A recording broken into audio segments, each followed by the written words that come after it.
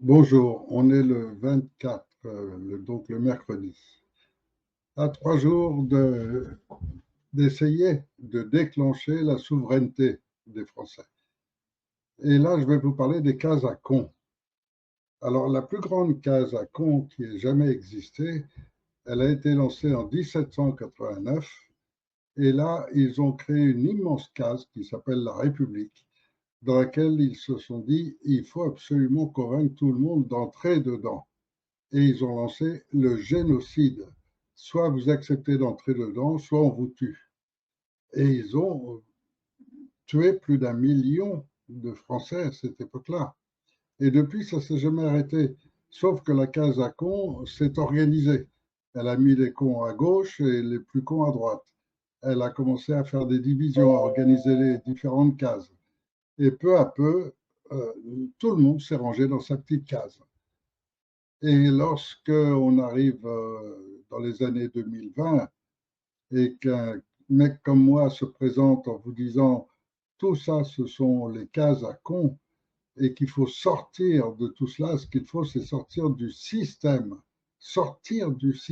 des cases. Vous n'avez pas à entrer dans les cases. Vous êtes souverain.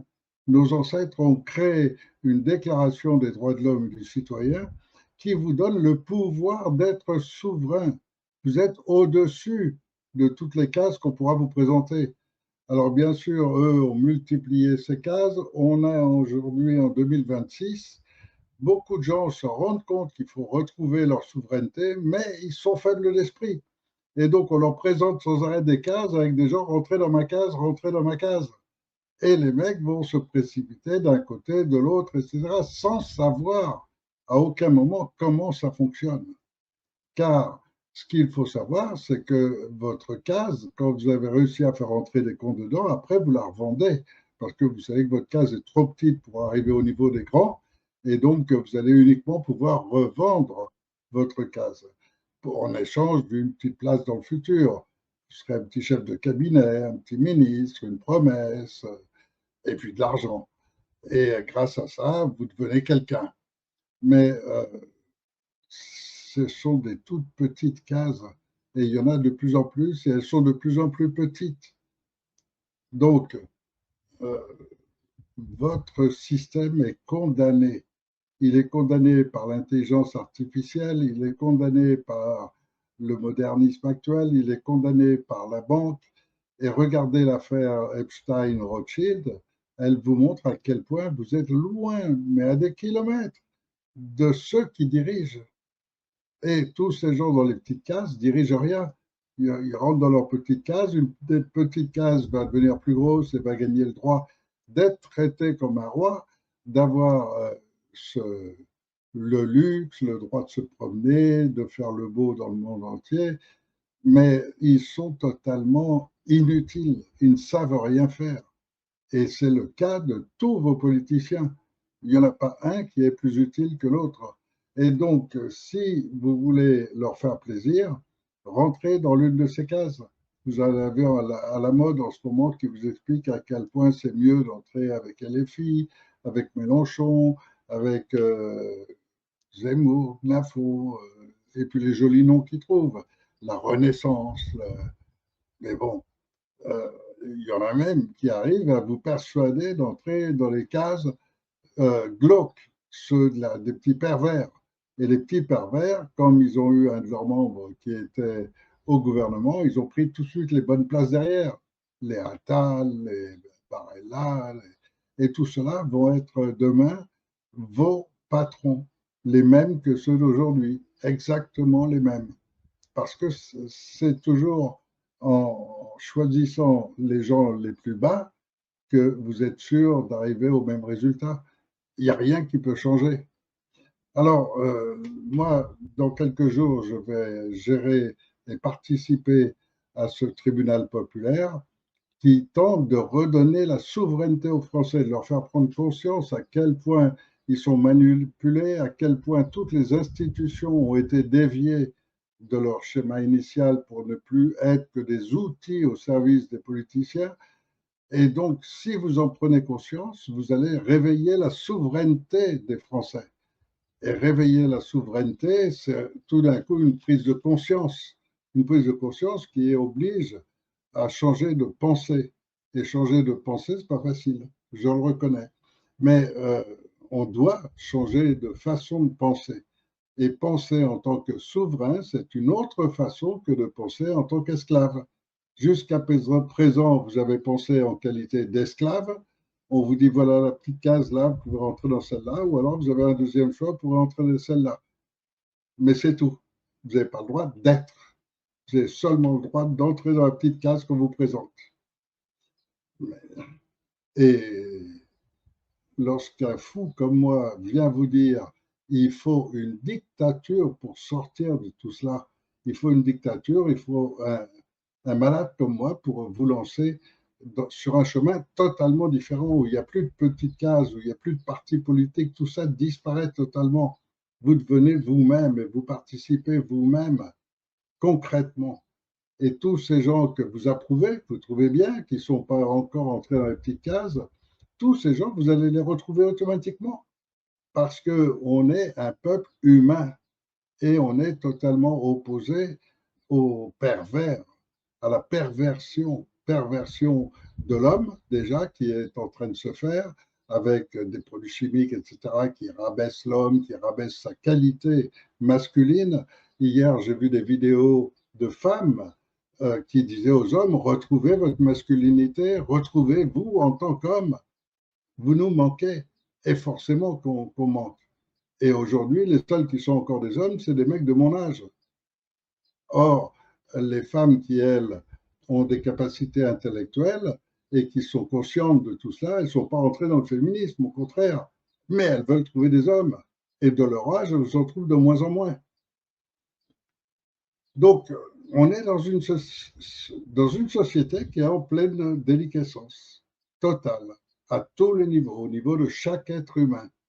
Et donc, ceux qui essayent aujourd'hui de réveiller la souveraineté, et donc forcément les qualités humaines normales, l'homme, la femme, ce sont deux êtres qui composent l'espèce humaine, chacun avec ses qualités, ses défauts. Et donc, si on retrouve notre bon sens, notre simple bon sens, notre simple logique, alors on n'a pas de tendance plutôt féminine ou plutôt masculine. On s'adapte à la société qu'on a actuellement.